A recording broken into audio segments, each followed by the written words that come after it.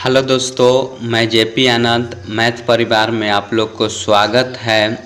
आज हम लोग एक फिजिक्स का चैप्टर है उत्तोलक या इंग्लिश में लीवर कहा जाता है, उसके बारे में जानेंगे। तो आज लोग अगर एलपी टेक्नीशियन का अगर तैयारी करते हैं या एग्ज़ाम देने वाले हैं तो इसमें से एक दो प्रश्न जो है आपको देखने को मिलेगा। तो बने रहिए मेरे वीडियो के साथ। अगर नए होंगे तो चैनल को सब्सक्राइब करें ताकि आप लोग को ऐसा जानकारी और मिल सके, और पुराने हैं तो मेरे वीडियो को जो है देखें साथ साथ। और चलते हैं हम लोग वीडियो की ओर। देखिए, सबसे पहले लिखा गया है उत्तोलक क्या होता है। तो उत्तोलक जो होता है, ध्यान रखना है, जो उत्तोलक एक प्रकार के मशीन होता है। ध्यान रखना है, उत्तोलक क्या है? एक प्रकार के मशीन है जो हमारे काम को आसान कर देता है। तो याद रखना है, जो उत्तोलक जो क्या होता है, एक प्रकार के मशीन होता है जो हमारे काम को जो है आसान कर देता है। उसके बाद दिया गया है उत्तोलक किसी भी दक्षता, माने उत्तोलक किसी भी उत्तोलक की दक्षता जो होता है ना 100% से कम होते हैं। याद रखिएगा, जो उत्तोलक के किसी भी दक्षता का जो होता है, उत्तोलक की दक्षता जो होता है 100% से कम होती है। उत्तोलक में आगे दिया गया है, जो उत्तोलक में जो होता है 3 बिंदु होता है। याद रखना है, जो उत्तोलक में जो होता है कितने बिंदु होता है? मुख्यतः 3 बिंदु होता है। अब बिंदु होता है तो हम उसके बारे में जानते हैं। जी देखिए, 3 बिंदु होता है। एगो भार बिंदु होता है, एगो आलम्ब बिंदु होता है, एगो प्रयास या आयास बिंदु होता है। याद रखिएगा, इसको हम लोग इंग्लिश में लोड पॉइंट एल से सूचित किया जाता है, और फाल्क्रम पॉइंट जिसको हम लोग एफ से सूचित करते हैं, और आयास पॉइंट जो आयास बिंदु जो इफोर्ट पॉइंट कहा जाता है। देखिए, इसको भार बिंदु को एल से सूचित किया जाता है, आलम्ब बिंदु को जो है एफ से सूचित किया जाता है, और आयास बिंदु को जो है माने ई से सूचित किया जाता है। अब हम तीनों के बारी बारी से जानेंगे जो क्या होता है से। देखिए, दिया गया है भार बिंदु, वह बिंदु जहाँ वस्तु होती है। ध्यान रखना है, जहाँ पर वस्तु अगर जो होगी तो वह बिंदु क्या कहलाएगा? भार बिंदु, जिसको हम लोड कहते हैं। याद रखिएगा, लोड पॉइंट। उसके बाद दिया गया है आलम्ब बिंदु। आलम्ब बिंदु ध्यान रखना है, वह बिंदु जहाँ पर पेंच लगा होता है। ध्यान रखिएगा, जहाँ पर पेंच लगा हुआ रहता है ना, वहाँ जो है वह बिंदु जो होता है, ध्यान रखना है, आलम्ब बिंदु कहलाता है। जहाँ पर पेंच लगा हुआ रहता है वह कहलाता है आलम्ब बिंदु। उसके बाद दिया गया है आयास बिंदु। ध्यान रखना है, आयास बिंदु अब क्या होता है इसे समझते हैं। वह बिंदु जहाँ पर बल लगाया जाता है, जैसे बल जहाँ पर लगाया जाएगा ना तो उसको हम आयास बिंदु कहेंगे। याद रखना है, तो जहाँ पर बल लगेगा तो वहाँ जो है आयास बिंदु कहलाएगा। याद रखना है। अब उत्तोलक जो होता है किस सिद्धांत पर कार्य करता है? तो बल आघूर्ण के सिद्धांत पर। बहुत इंपॉर्टेंट है, एएलपी में पूछा गया है क्वेश्चन, और टेक्नीशियन में पूछा गया। यहाँ से दो है जो है एक आध दो गो हर शिफ्ट में देखने को मिलता है। आप लोग जो है इसको पूरा वीडियो को देखें, होगा लगभग 10 से 12 मिनट या 15 मिनट का वीडियो होगा, तो इसको देखें पूरा से, जो ताकि जो है तीनों उत्तोलक जो होता है प्रथम श्रेणी, द्वितीयक श्रेणी और तृतीयक श्रेणी, ये तीनों में से एक क्वेश्चन जरूर रहता है। याद रखिएगा। तो हम लोग उत्तोलक के 3 प्रकार के श्रेणी के बारे में जानेंगे। तो देखिए, प्रथम उत्तोलक होता है, और द्वितीयक उत्तोलक होता है, और तृतीय उत्तोलक होता है। याद रखिएगा, प्रथम उत्तोलक, द्वितीय उत्तोलक और तृतीय उत्तोलक। अब देखिए, हम लोग अब सब के बारे में एक एक से जानते हैं। देखिए, प्रथम उत्तोलक में समझिए कि इसमें आलम्ब बिंदु बीच में होगा। आलम्ब बिंदु हम अभी तुरंत बोले हैं, आलम्ब बिंदु चर्चा किए हैं, जिसको हम लोग इंग्लिश में क्या कहते हैं? फाल्क्रम कहते हैं। तब फाल्क्रम जो होता है बीच में होता है। याद रखिएगा, जैसे इसमें दिया गया है, देखिए ये फाल्क्रम है, और ये इफोर्ट है और ये जो है लोड है। तो लोड बिंदु को हम भार कहते हैं, भार बिंदु कहते हैं। इफोर्ट को जो है मतलब हम लोग जो है याद रखना है आयास कहते हैं। इफोर्ट को क्या कहते हैं? आयास कहते हैं। तो देखिए हम लोग अब समझते हैं सबके बारे में एक एक करके। तो देखिए सबसे पहले दिया गया है मतलब पिलास जो होता है, पिलास वो ध्यान रखना है, पिलास जो होता है वो प्रथम श्रेणी के उत्तोलक होता है। देखिए इसमें क्या कहा गया है, प्रथम श्रेणी में क्या कहा गया, ध्यान रखिएगा जो प्रथम श्रेणी में आलम बिंदु जो होता है मतलब जो है फालक्रम जो होता है वो बीच में होता है। याद रखिएगा बीच में फालक्रम, बाकी जो है कोई नहीं होता, याद रखिएगा। तो आलम बिंदु मतलब जो वह बिंदु जहाँ पर पेंच लगा हुआ रहता है। पेंच देखिए, अब पेंच कहाँ लगा हुआ है ऐसे देखिए, तो उसी को हम देखिए यहाँ जो है कैंची जो होता है, कैंची या पिलास, ये सब जो है ध्यान रखना है। पेंच कहाँ लगा हुआ है, देखिए पेंच लगा हुआ है यहाँ, तो ये बीच में है। यहाँ देखिए पिलास में भी देखिए पेंच लगा हुआ है यहाँ पे, तो ये जो है ये फालक्रम होता है। तो ये पिलास, कैंची, ये सब जो है प्रथम श्रेणी का उत्तोलक होता है। इसमें भी देखिए तराजू में पेंच लगा हुआ है बीचे में, तो ये जो होता है प्रथम श्रेणी। तो याद हो गया होगा कैंची, पिलास, तराजू, और उसके बाद दिया गया है नेल कतर। नेल कतर में भी जो होता है फालक्रम जो होता है बीचे में, नेल कतर देखते हैं जो लगा हुआ रहता है उसमें पेंच, तो ये जो है प्रथम श्रेणी के उत्तोलक है। उसके बाद चापाकल, चापाकल में भी देखिए बीच में पेंच लगा हुआ है। तो ये सब जो है ध्यान रखना है प्रथम श्रेणी के उत्तोलक होता है। उसके बाद हम लोग जो है आगे देखते हैं,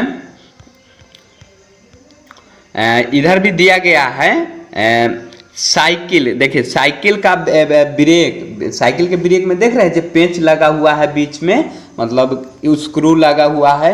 तो इस साइकिल के ब्रेक भी जो है आपको जो है प्रथम श्रेणी के उत्तोलक होता है।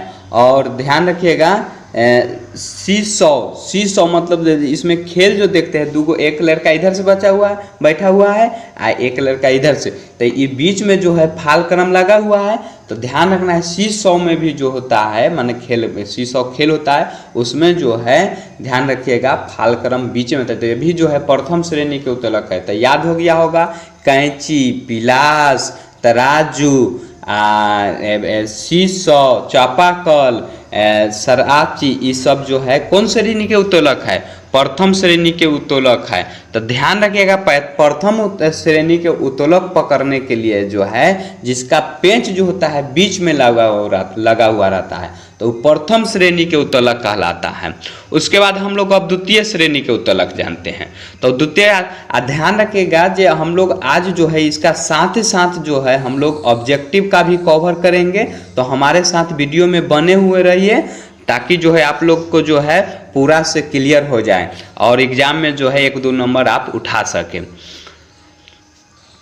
तो द्वितीय श्रेणी के बारे में हम लोग जानते हैं। इसमें वस्तु जो होता है बीच में होता है। देखिए लोड जो होता है, लोड वो बीच में होता है। तो लोड बीच में, देखिए यहाँ फालक्रम आरी में दे दिया गया, इफोर्ट जो है भी आरी में, लोड जो है बीच में दे दिया गया। तो प्रथम श्रेणी में हम लोग क्या देखें जो फालक्रम बीच में था, इसमें जो है लोड बीच में रहना चाहिए। तो देखते हैं हम लोड, अब इसमें देखिए लोड बीच में होना चाहिए। तो देखिए एक में स्रोता दिया गया है। देखिए स्रोता में देख रहे हैं कि जो लोड बीच में है, इसमें अब अगर जो हम कोई चीज़ रखेंगे तो लोड जो है इसमें जब काटेंगे, दबाएंगे, अगर जो भार जब डालेंगे तो इसमें बीच में लोड होगा। तो याद रखिएगा स्रोता में जो होता है ये द्वितीय श्रेणी होता है। और उसके बाद आगे चलते हैं। उसके बाद आगे दिया गया है 3 में नींबू निचोड़ने वाला मशीन। तो देखिए नींबू निचोड़ने वाला में देख रहे हैं नींबू भी जो है नीचे बीच में दिया गया है, तो लोड यहाँ बीचे में लगेगा। तो याद रखना है जो नींबू निचोड़ने वाला भी मशीन जो होता है ये द्वितीय श्रेणी के उदाहरण है। उसके बाद दिया गया है एक पहिए वाला कूड़ा। देखिए एक पहिए वाला कूड़ा में भी देखते हैं जो ऊपर से लोड मतलब कचरा उचरा अगर जो रखा जाता है तो बीच में रखा जाता है, तो लोड वहाँ हुआ। तो ये सब जो है द्वितीय श्रेणी के उदाहरण है। तो याद हो गया होगा, ध्यान रखना है कौन कौन कहें हम, एक में कहें श्रोता, दो में खैनी काटने वाला मशीन। खैनी काटने वाला भी मशीन में देखते हैं जो बीच में खैनी मतलब रखा जाता है, खैनी तंबाकू, तब जो है काटा जाता है, तो लोड वहाँ पड़ता है। तो ध्यान रखिएगा बीच में जब लोड पड़ेगा तो याद रखना है द्वितीयक श्रेणी के उदाहरण है। अगर जो इफोर्ट मतलब नहीं फाल क्रम अगर जो होगा वो बीच में, तो ध्यान रखना है प्रथम श्रेणी के उदाहरण है।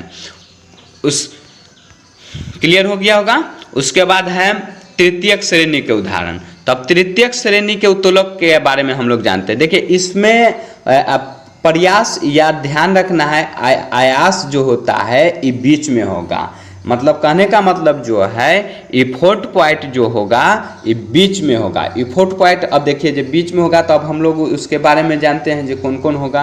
तो ध्यान रखिएगा चिमटा में देखते हैं जो इफोर्ट पॉइंट जो होता है बीच में होता है। ध्यान रखिएगा चिमटा, याद रखिएगा चिमटा जो है तृतीयक श्रेणी के उदाहरण होता है।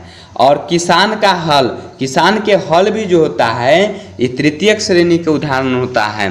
तो याद हो गया होगा किसान का हल और चिमटा जो होता है तृतीयक श्रेणी के उदाहरण होता है। उसके बाद आगे हम लोग जानते हैं,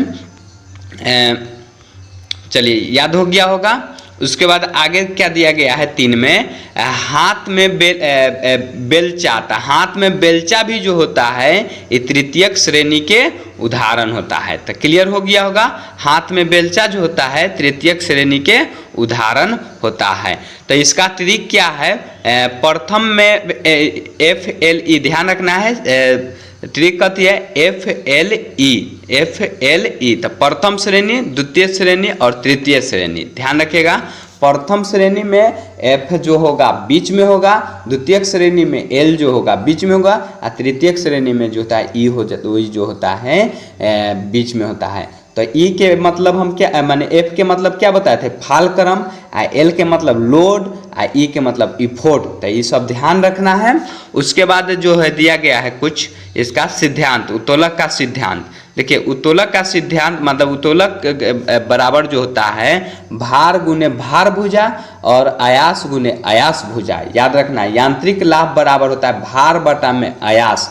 तो यांत्रिक लाभ बराबर क्या होता है, भार गुने माने भार बटा में आयास। क्लियर हो गया होगा। पर अब नीचे दिया गया है कुछ, अब दिया गया है थ्योरी पॉइंट। ध्यान रखिए प्रथम श्रेणी के उत्तोलक का यांत्रिक लाभ जो होता है 1 से बड़ा और 1 से छोटा 1 के बराबर होता है। ध्यान रखिएगा 1 से बड़ा भी होता है प्रथम श्रेणी का यांत्रिक लाभ और 1 से छोटा भी होता है, 1 के बराबर भी होता है। याद रखिएगा ये सब बहुत इंपॉर्टेंट पॉइंट है। तो प्रथम श्रेणी में हम लोग देखें कि जो इसका यांत्रिक लाभ जो होता है 1 से बड़ा 1 से छोटा और 1 के बराबर भी होता है। और द्वितीय श्रेणी के उत्तोलक का यांत्रिक लाभ जो होता है 1 से बड़ा होता है। तो द्वितीय श्रेणी के यांत्रिक लाभ जो होता है क्या होता है, तो 1 से बड़ा होता है। तृतीय श्रेणी के उत्तोलक का जो होता है यांत्रिक लाभ जो होता है 1 से छोटा होता है। तो हम लोग के याद हो गया होगा प्रथम श्रेणी में तीनों चीज बड़ा, 1 से बड़ा 1 से छोटा और 1 के बराबर। तृतीय श्रेणी के उत्तोलक में जो होता है इसका जो होता है 1 से छोटा होता है, द्वितीय श्रेणी के में जो होता है 1 से बड़ा होता है। याद हो गया होगा। अब हम लोग इसका जो है ऑब्जेक्टिव देखेंगे। अगर आप लोग जो है नए होंगे तो मेरे चैनल को सब्सक्राइब करें ताकि जो है आप लोग के लिए जो है ऐसा ही वीडियो ला सके और जल्दी से जल्दी जो है ALP टेक्नीशियन का जो है जो दिया गया है साइंस उसमें जो है कवर हो सके। तो देखिए प्रथम क्वेश्चन है चिमटा। चिमटा जो है अभी हम तुरंत पढ़ कर आए हैं जो कौन श्रेणी का उत्तोलक है, तो ध्यान रखिएगा तृतीय श्रेणी का उत्तोलक है। तो अभी तुरंत हम लोग पढ़ कर आए हैं जो चिमटा जो होता है तृतीय श्रेणी का उत्तोलक होता है। उसके बाद दिया गया है जो मशीन की दक्षता क्या होता है, तो मशीन की दक्षता जो है हम लोग अभी तुरंत पढ़े हैं जो मशीन की दक्षता जो होता है 100% से कम होती है।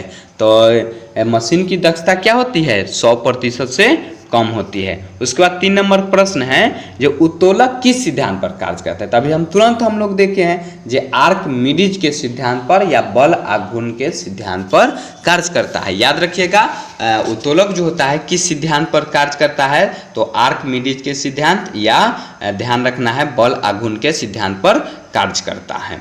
उसके बाद दिया गया है 4 नंबर प्रश्न,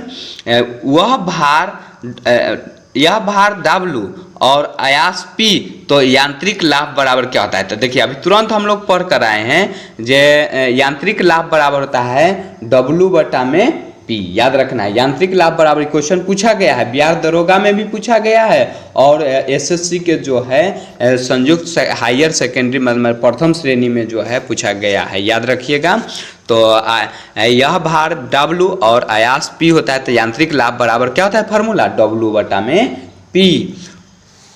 उसके बाद हम लोग देखते हैं 5 नंबर प्रश्न, ध्यान रखिएगा निम्न में से कौन सा श्रेणी एक लीवर माने प्रथम श्रेणी लीवर का उदाहरण है। तो ध्यान रखिएगा प्रथम श्रेणी का उदाहरण जो है, याद रखिएगा प्लेयर जो होता है ये प्रथम श्रेणी के उदाहरण होता है।